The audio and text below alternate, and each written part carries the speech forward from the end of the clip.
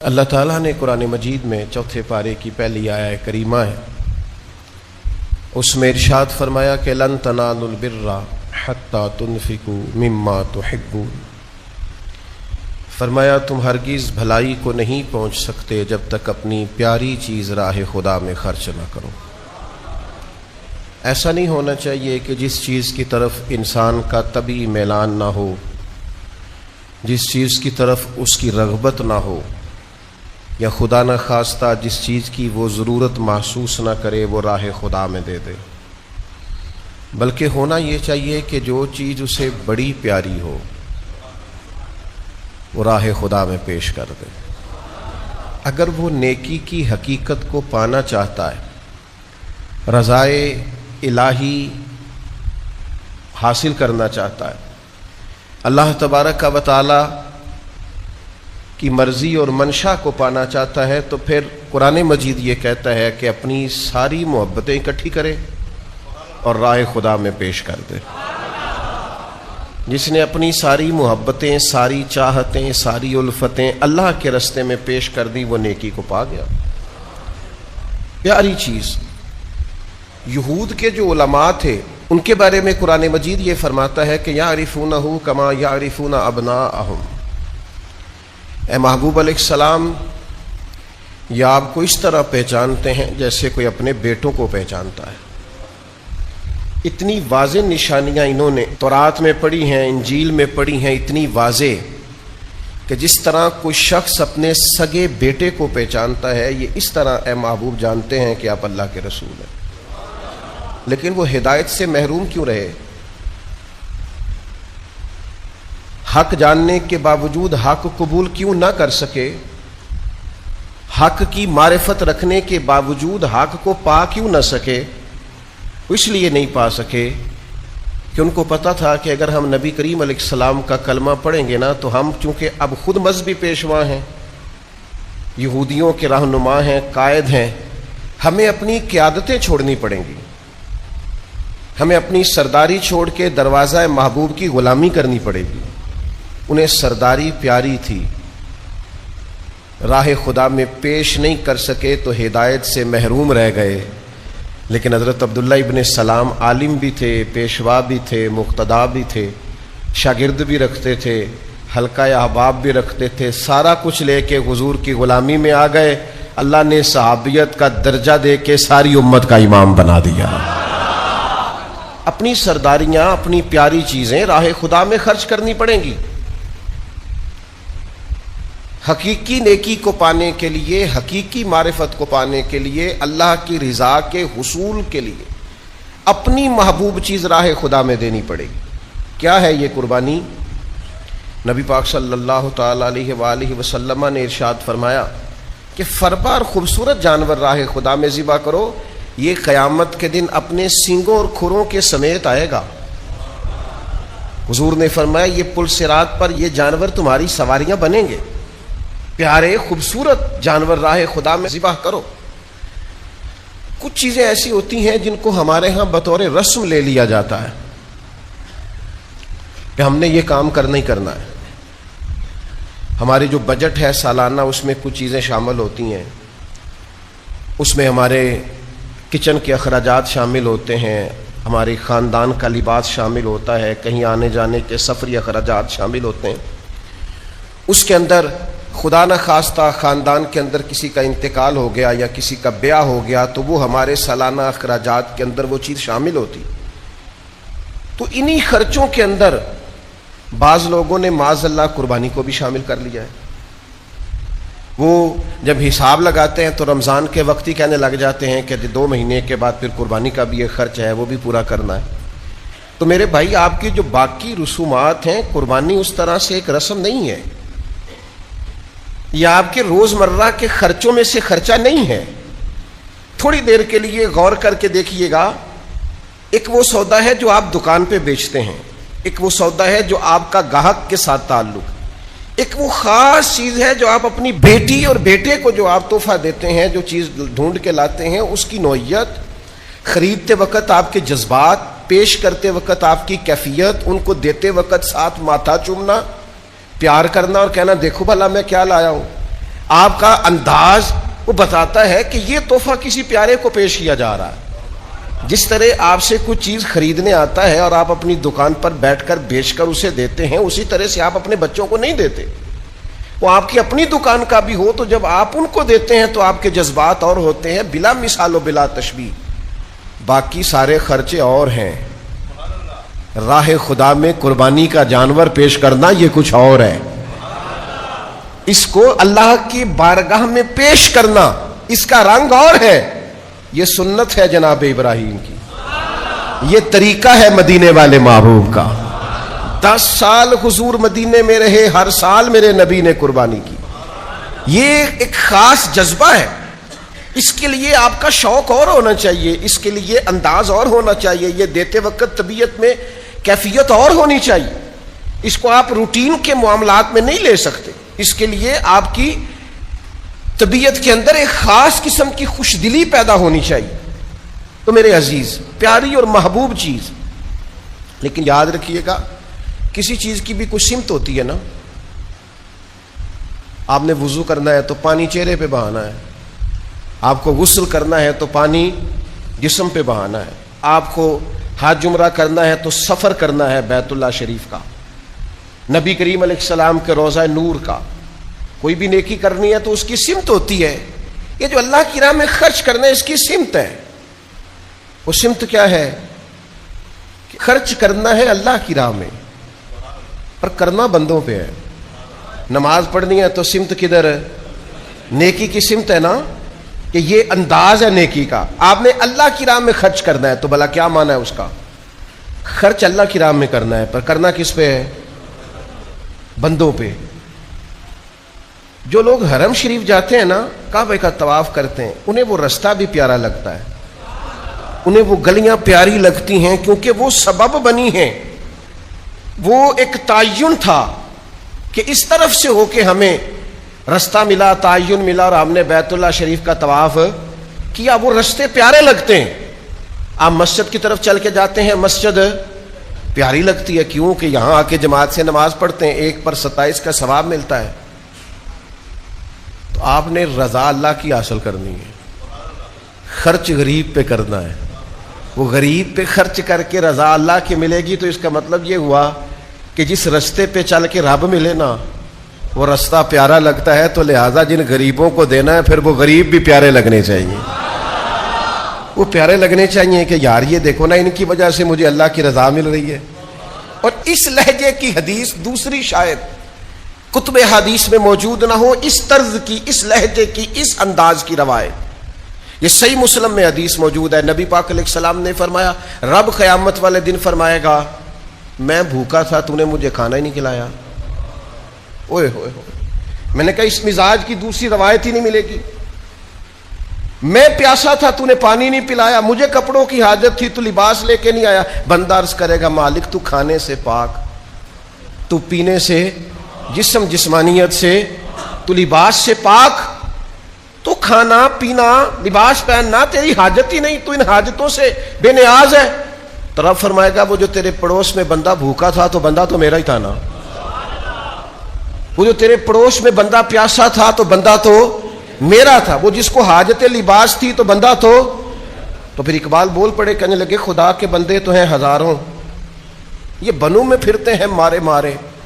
میں اس کا بندہ بنوں گا جس کو خدا کے بندوں سے پیار ہوگا.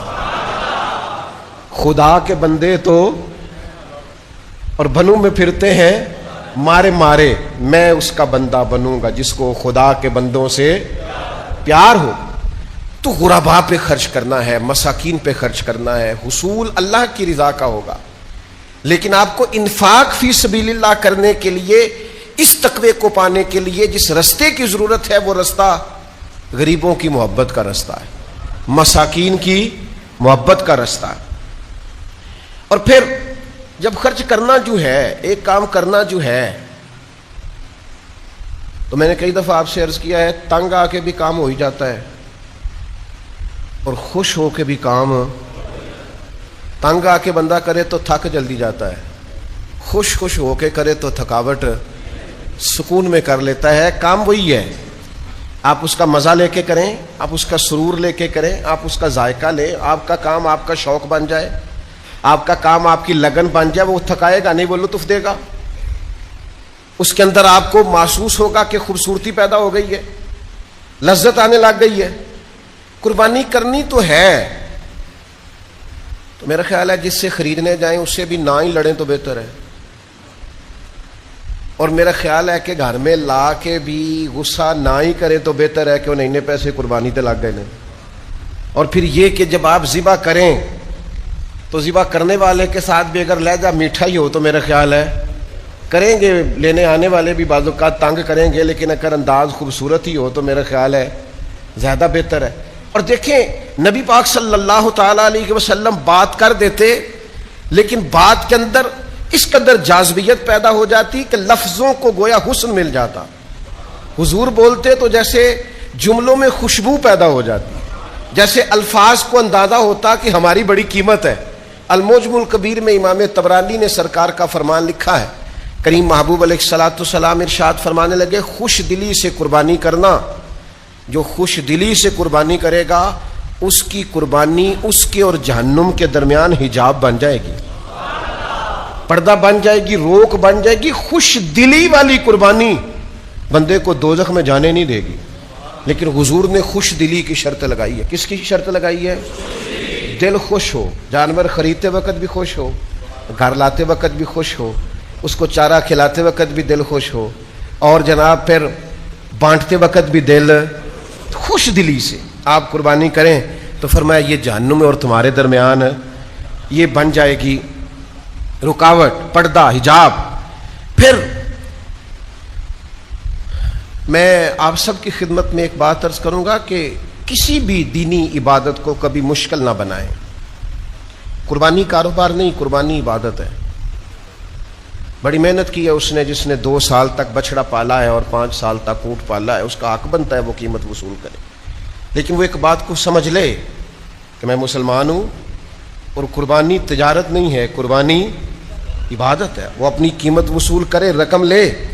خرید کے لانے والا بھی اس چکر میں نہ پڑے کہ او خو یہ کیا ہو گیا, میں تو مہنگا لے آیا ہوں, مجھے تو آخری رات پتہ چلا کہ قیمتیں تو بڑی گر گئی تھی. او خدا کے بندے, تیرے جتنے لاکھ لگے راہ خدا میں لگے, اللہ کے حضور پیش ہو گئے, وہ تیرے لیے ذخیرہ آخرت بن گئے. اس کو آسان بنائیں, بیچنے والا بھی, خریدنے والا بھی, ماحول میں بانٹنے والا بھی. اس میں کسی کے لیے تکلیف کا سامان نہ کریں. نہ چڑھائیں آپ فوٹو کہ میں نے یہ جانور خرید لیا ہے, کوئی فرض ہو گیا ہے. سوشل میڈیا پہ کچھ اور چڑھا لیں. آپ بکرا لے لے کے ناراض نہیں ہونا مجھ سے. میں نے دیہاتوں میں وہ مائیں دیکھی ہیں جو گلی کے اندر چیزیں بیچنے والے کو کہتی تھی بھائی اتھوں ذرا چپ کر کے لنگ جا, میرا منڈا ضد کردا ہے, پیسے نہیں ہیں میرے پاس, تو میرا بچہ ضد کرتا ہے, تو یہاں آواز نہ دے کہ تو کیا بیچتا ہے. وہ اس ڈر سے بچوں کو سلا دیتی ہے, وہ اس ڈر سے گلی میں پھر کھلونے بیچنے والا نہ آ جائے. تیری سوشل میڈیا پہ چڑھی ہوئی تصویر اگر کسی غریب اور مجبور باپ کو کٹہرے میں کھڑا کر دے اور اس کا نہ سمجھ بیٹا اور نہ سمجھ بیٹی اور چھوٹا بیٹا اور چھوٹی بیٹی اس کا پلو پکڑ کے پوچھیں کہ ابا جی ہم نے قربانی کیوں نہیں لی, میں نے بھی فوٹو بنانی تھی, تو مہربانی کرو نا ذرا, مشکل تو نہ کرو دوسروں کے لیے. میں نے پچھلے سال کہا تھا پوچھتے کیوں ہو کسی سے کہ قربانی لی ہے کہ نہیں. آپ کو اگر سمجھ آ گئی ہے نہیں لی تو آپ طے کر لیں کہ میری لسٹ میں نام آ گیا, گوشت اس کے گھر پہنچانا ہے. مشکل کیوں کر رہے ہیں لوگوں کی, مشکلات نہ پیدا کریں آپ. اب میں نے اتنے لاکھ کا لیا اور میں نے اتنے کروڑ کا لیا اور میں نے یہ کیا, یہ فخر کا باعث نہیں, یہ عبادت ہے. اور عبادتیں زیادہ اجر اس وقت دیتی ہیں جب چھپی ہوئی ہو, بندے کو پتا ہو یا اللہ کو پتا ہو. ہاں میں ایسے لوگوں کو جانتا ہوں قربانی ان کی ہوتی ہے, بندی کسی اور کے ڈیرے پہ ہوتی, ذبح کہیں اور ہو رہی ہوتی. وہ کوشش کرتے ہیں کہ کسی کو خبر نہ ہو. تو میرے بھائی اس کو کسی قسم کی مشکل کا ذریعہ. ایک چھوٹی سی بات اور بھی ہے, آپ کو پتہ ہے کسائی کو بڑی جلدی ہوتی ہے عید والے دن, اور ہمیں بھی بڑی جلدی ہوتی ہے کہ پہلے میرا نمبر, پہلے. میرا خیال ہے عید کا سارا دن جھوٹ بول کے نہیں گزارنا چاہیے. وہ کہے میں آیا اور آپ کہیں کتنی دیر میں, تو آپ کو بھی پتہ ہے کہ اگر اس نے کسی جگہ اور بھینسا یا بچڑا گرا لیا ہے تو وہ جلدی فارغ ہونے والا. ہم کیا کرتے ہیں, بعضوں کا جھوٹ کی دنیا آباد کرتے ہیں. کسائی کو جلدی ہے, آپ کے گھر ہی نہیں آیا, اس نے آپ کے بعد بھی 2 جگہ پہ جانا ہے. اب سنو حدیث, مستدرک میں حدیث موجود ہے. نبی کریم صلی اللہ تعالی علیہ وسلم گزرے تو ایک شخص نے بکری کی گردن پر پیر رکھا ہوا تھا اور چھری تیز کر رہا تھا. اور یہ میں نے اپنی آنکھوں سے کرتے ہوئے دیکھا ہے کسائیوں کو. جانور کو سارے پکڑ لیتے ہیں اور پھر وہ چھری تیز کرنے لگتا ہے. مستدرک کے اندر حدیث موجود ہے, اس نے جانور کے گردن پر پیر رکھا ہوا ہے اور چھری تیز کر رہا ہے. حضور تشریف لے آئے, نبی پاک علیہ السلام نے فرمایا تم اسے بہت ساری موتیں دینا چاہتے ہو, کئی موتیں دینا چاہتے ہو اسے. چھری کہیں اور تیز کر, اس کی آنکھوں کے سامنے نہ کر, اور سارا انتظام مکمل کر تو پھر بسم اللہ اللہ اکبر کہہ کے اسے ذبح کر.